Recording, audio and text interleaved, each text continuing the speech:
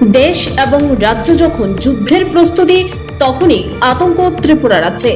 রাজ্য রাজনীতি নিয়ে যখন পাহাড়ে উত্তেজনা তখনই ত্রিপুরাকে উড়িয়ে দেওয়ার চেষ্টা। ভারত বাংলাদেশ বর্ডারে চীনা ড্রোন, ত্রিপুরা রাজ্যে আতঙ্কিত রাজ্যের মানুষ। ঘটনাটি ঘটে এয়ারপোর্ট থানাধীন ভাগলপুর গ্রামে।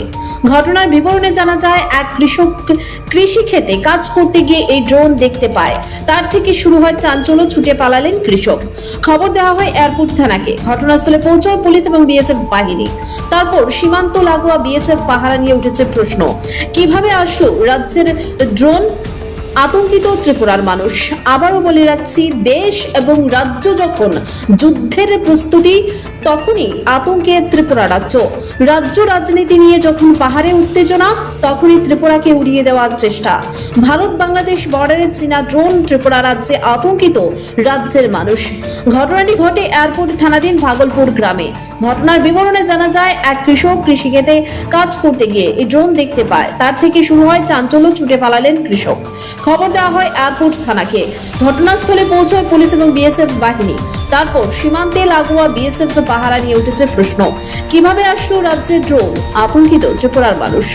কুশের ক্ষেত্রে আমরা একটা ড্রোন পাইছি, পাওয়ার পরে পুলিশে আমরা থানা ফোন করে দিয়ে দিচ্ছি। কোন থানা দিয়েছেন? নরসিংহ।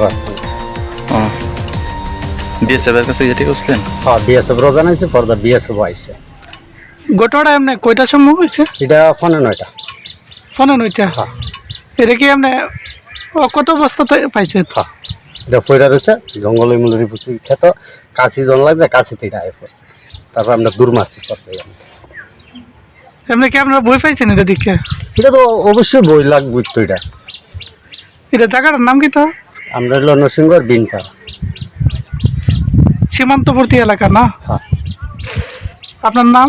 আমার নাম হলো রাধেশ্যাম বিন, আর আমার ভাই পাইছে যে মনোজ বিন। কেমনে পাইছে তাই? তাই না পাইছে ঘাস কাটতো। Bureau report, HD news media.